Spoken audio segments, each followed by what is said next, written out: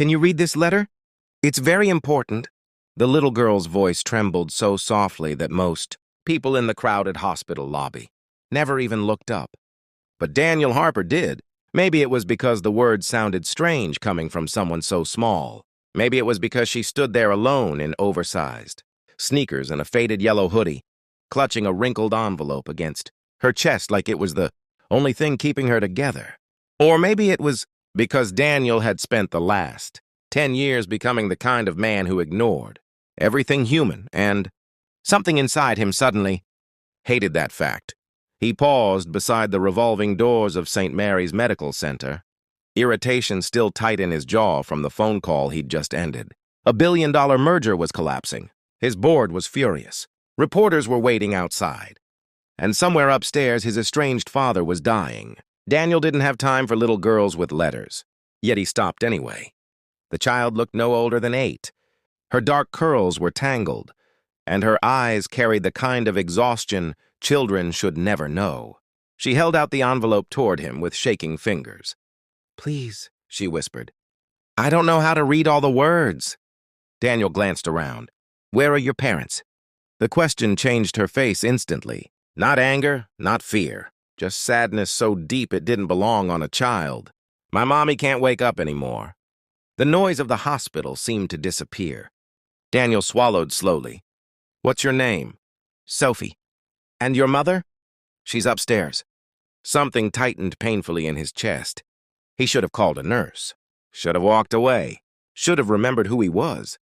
Instead, he crouched down in front of her and carefully took the envelope. The paper was worn thin from being folded too many times.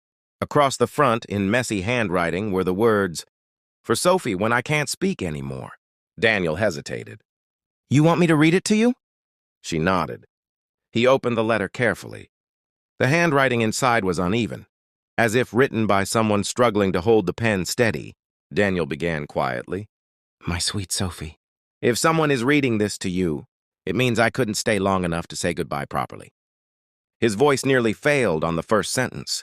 Sophie stared up at him without blinking. "I need you to know something very important. None of this was ever your fault. Not the hospital bills, not the hard days, not the nights we had only cereal for dinner." Daniel felt his throat tighten. Around them, people continued walking through the lobby, unaware that the world had just cracked open beside the information desk. "You made my life beautiful," he continued softly, "even when it hurt." Sophie's small fingers curled tightly around the sleeve of his coat. Daniel kept reading. "There's one more thing I never told you. Your father didn't leave because he didn't love you. He never even knew you existed." Daniel frowned slightly. "He was a good man once. I was scared and young, and I made choices I can't change now. But if life ever gives you the chance to find him, I hope you do, because you deserve to be loved fully." Daniel stopped breathing. Below the sentence was a name, Daniel Harper. The lobby tilted beneath him. His eyes locked on the ink again, convinced he'd read it wrong. But the name remained there, his name. His heart slammed violently against his ribs. Sophie looked up innocently. "What does it say?" Daniel stared at the child in front of him. The curls, the eyes, the tiny nervous habit of biting her lower lip. Suddenly he saw it. Not because he wanted to, because it was undeniable. "Oh my God," he whispered. The little girl blinked. Before he could speak again, hurried footsteps echoed across the lobby. A nurse approached quickly. "Sophie, we've been looking everywhere for you." The child stood immediately.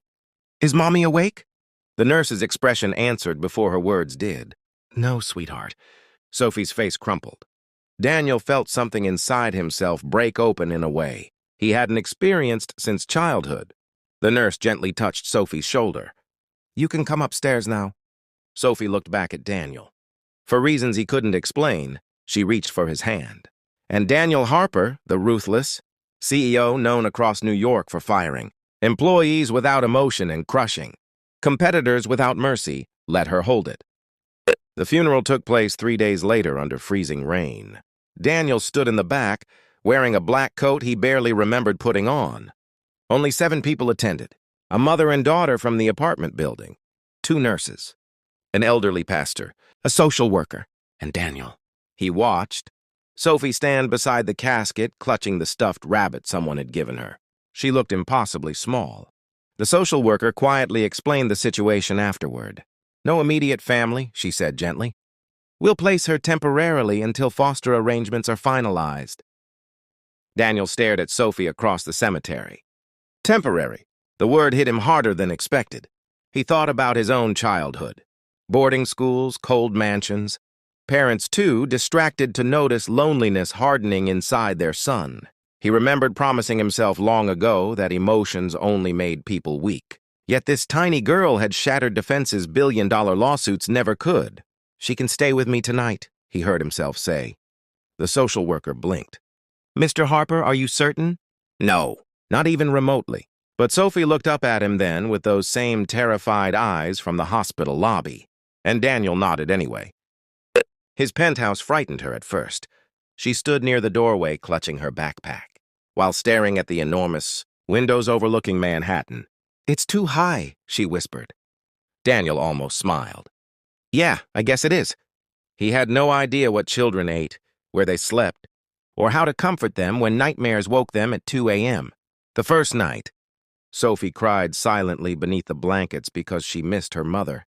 Daniel sat awkwardly beside her bed for nearly an hour before, finally saying the only honest thing he had. "I miss people too sometimes." She peeked at him through tears. "Who?" He thought about it.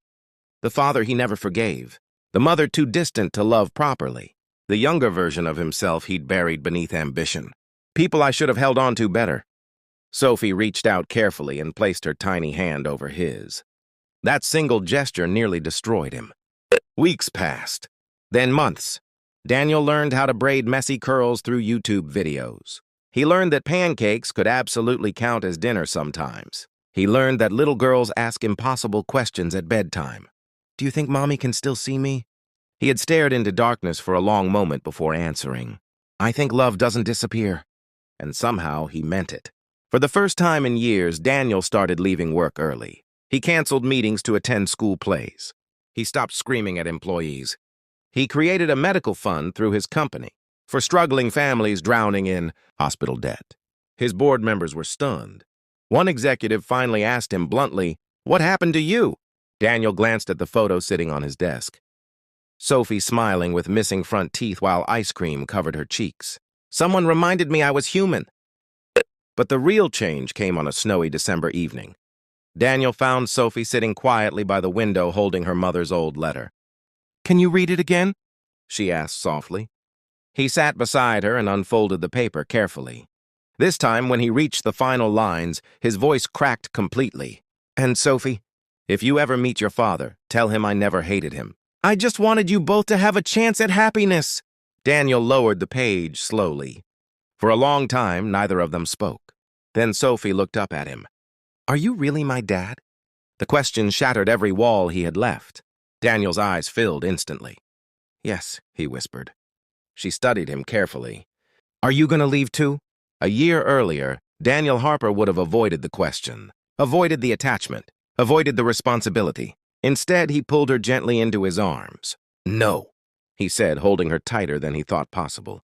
"I'm here now, and I'm not going anywhere." Sophie buried her face against his chest and began to cry. Not the frightened crying of a lonely child. The relieved crying of someone finally certain they belonged somewhere. Daniel closed his eyes as tears slipped silently down his own face. For years, he had believed success meant power, money, control.